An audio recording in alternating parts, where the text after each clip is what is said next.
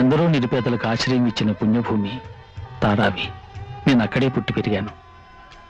చిన్నప్పుడే తండ్రిని పోగొట్టుకున్నాను. ఆ రోజు గ్రహణం. ఈ జ్ఞానం బట్టినుడే అడిగెళ్ళాడు.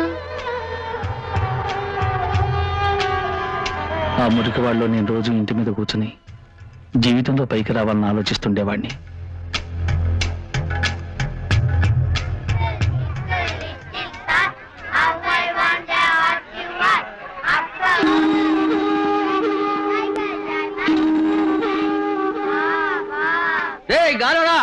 పొద్దుటాల నుంచి సాయంకాలం దాకా ఆ ఇంటి మీద కూర్చొని ఏం చేస్తున్నావురా నువ్వు?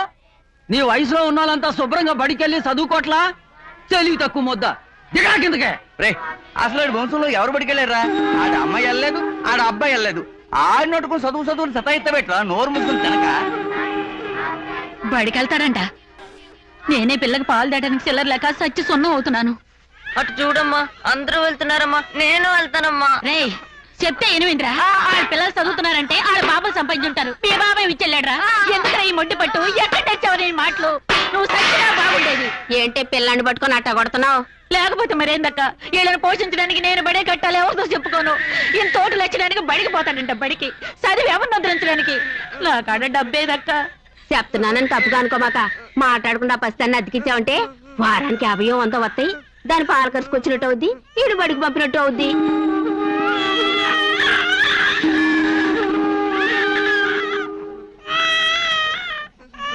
కన్నబిడ్డను అడుక్కోవడానికి ఇతనందుకు బాధగా ఉందా? కడుపు నిండా వాళ్ళకు పూట తిండి బిడ్డ కూడా మనకు ఆడ శక్తి లేదు. మనకెందుకు అడ్డుకోలే అభిమానం?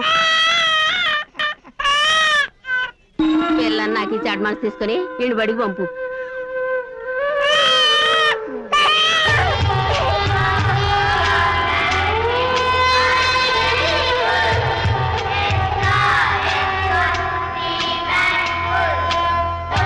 ఆడ అమ్మాయి వెళ్ళలేదు, ఆడ అబ్బాయి వెళ్ళలేదు. ఆడినట్టుకు చదువులు సతాయిత్తబెట్రా.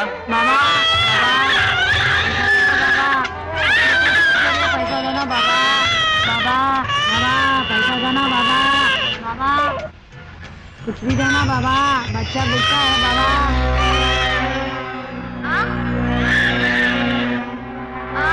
बच्चा भूखा है बाबा। बच्चे को पैसा देना बाबा,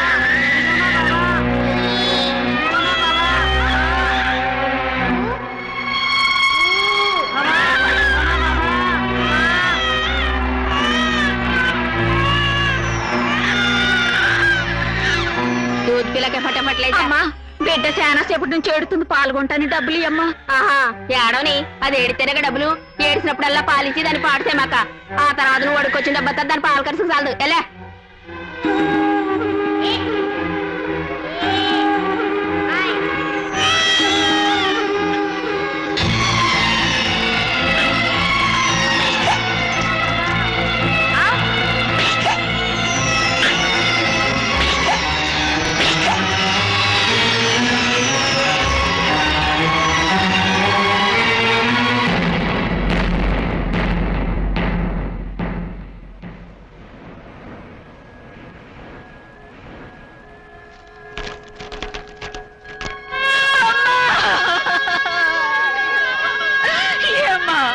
అడుక్కోవడానికి నా బిడ్డను తీసుకుపోయి చంపేశారు కదమ్మా.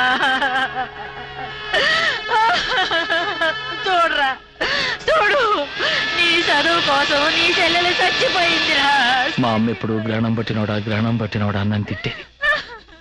చివరికి ఆ గ్రహణం పట్టిన రోజు నేను ఆ చదువు కోసం నా ఒక్కగానొక్క చెల్లెల్ని పోగొట్టుకున్నాను.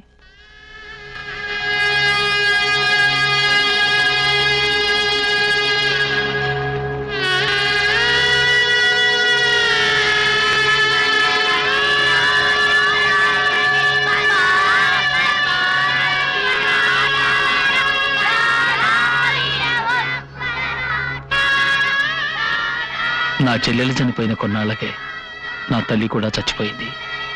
చిన్న వయసులోని అనాథనైన నేను పేదవాళ్లకు అందనంత దూరంలో ఉన్న చదువుని ఎలాగైనా అందుకోవాలన్న ఆశతో ఈ ముంబై వీధుల్లో తిరిగాను.